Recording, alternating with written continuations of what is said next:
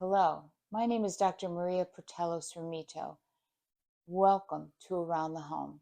Today we're going to make a spinach, strawberry, and goat cheese salad that will use fresh strawberries, and I'm also going to sprinkle in a little bit of blueberries. It's a wonderful salad in the summer to enjoy at a picnic or even at any meal, as well as for lunch.